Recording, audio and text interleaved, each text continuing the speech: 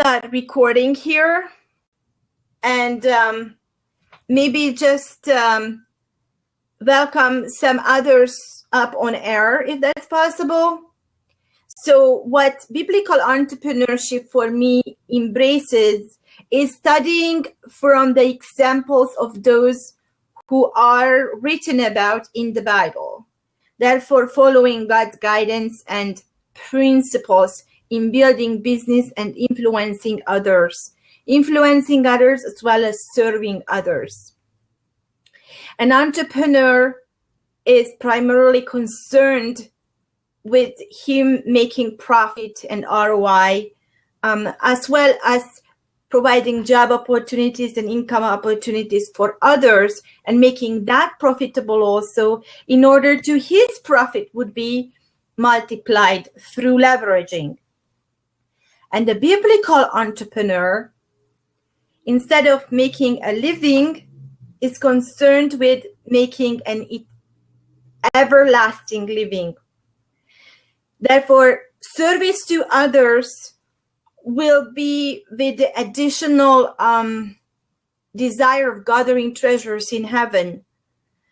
And entrepreneurs in general are concerned with compassion to serve others, meeting their needs. A biblical entrepreneurship context, the service to others does not only happen on the material level, but it can very well be just feeding and them the bread of life, of evangelizing for higher purposes. And through studying the Bible stories that are given for us and the principles of God, we get to grow in understanding the actual business we already are doing. For example, I'm just going to share with you my latest discovery. It's a random story out of the Bible. That's something I have not anticipated by reading Matthew. Which one is it? I think it might have been Luke 19. The story of Zacchaeus, who is a tax collector, therefore a very, very unpopular person in his town among the Jews. Jericho is the city or town where they live, and it takes place. And Jericho is known for being a very affluent region of Israel at the time. It has been known for incense and balsams and oils and essential oils to be made and sold for high prices. Therefore, the locals who live in an idyllic, beautiful environment of where it is below sea level in the middle of the desert, and it's prone to be grown as an oasis. So the people here are more affluent, and it is than any other regions of Israel. Also because of the income of the balsams. A tax collector would be doing pretty well there, right? One day Jesus is known to come to town, and Zacchaeus, is being a very short man and a very unpopular man, doesn't dare to go into the crowd and climbs up on the tree to wait for Jesus' appearance. What happens is, when Jesus recognizes him, tells him to come out of the tree because he's going to have dinner with him tonight. And Zacchaeus is immediately touched by it. It's a huge privilege. And he knows that he's hated in his town. He's a huge sinner.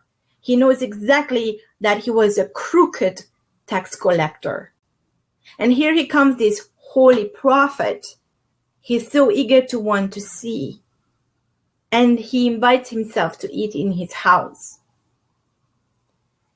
So when he comes out of the tree, all of the people standing around are surprised that, wow, if he was a prophet, he would know what a sinner Zacchaeus is.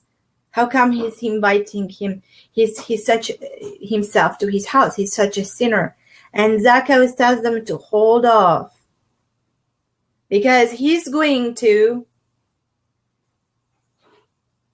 give half of all he owns to the poor, and anyone he has ever wronged will be paid back 4 times over.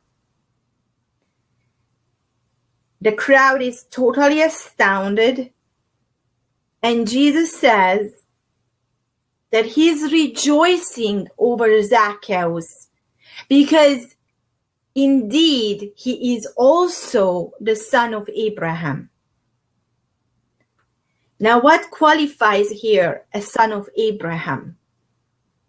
Because just earlier we have read in the Bible that the Sadducees and the Pharisees, being told by Jesus that they are not the son of Abraham.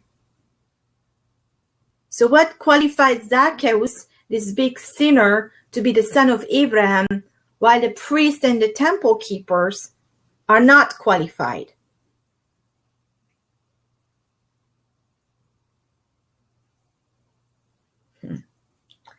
And here I am by myself left.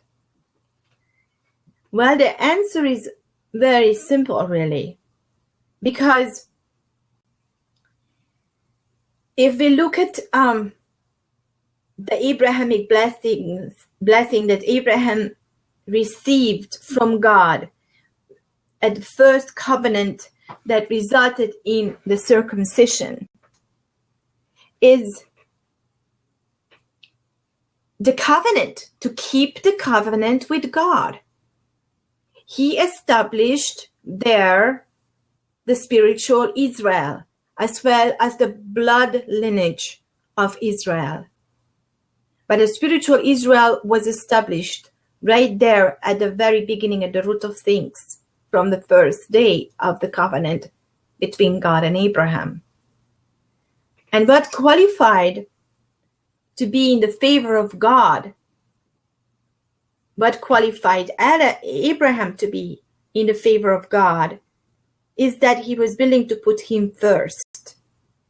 And even though he was a sinner, he repented his sin and maintained a clean relationship with God. The very same thing that we observe in the example of Zacchaeus. And that is a total opposite of what we observe with the Sadducees and the Pharisees, who basically decided they were running their own traditional laws over what needs to be kept and what needs to be repented. None of them repented their wickedness, but Zacchaeus did.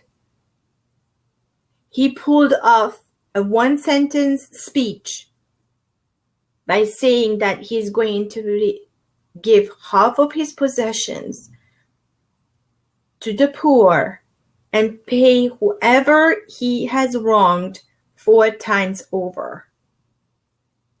Now that is a service recovery speech that I would want to hear when I am wronged. Wouldn't you say so?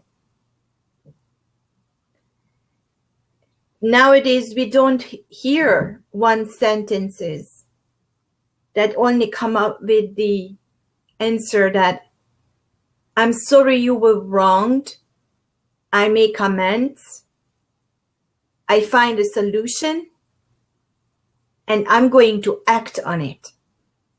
Those are the 4 things that Zacchaeus did. He admitted his wrong. He basically apologized, made amends. He found a new solution, and he decided to act on it. Well,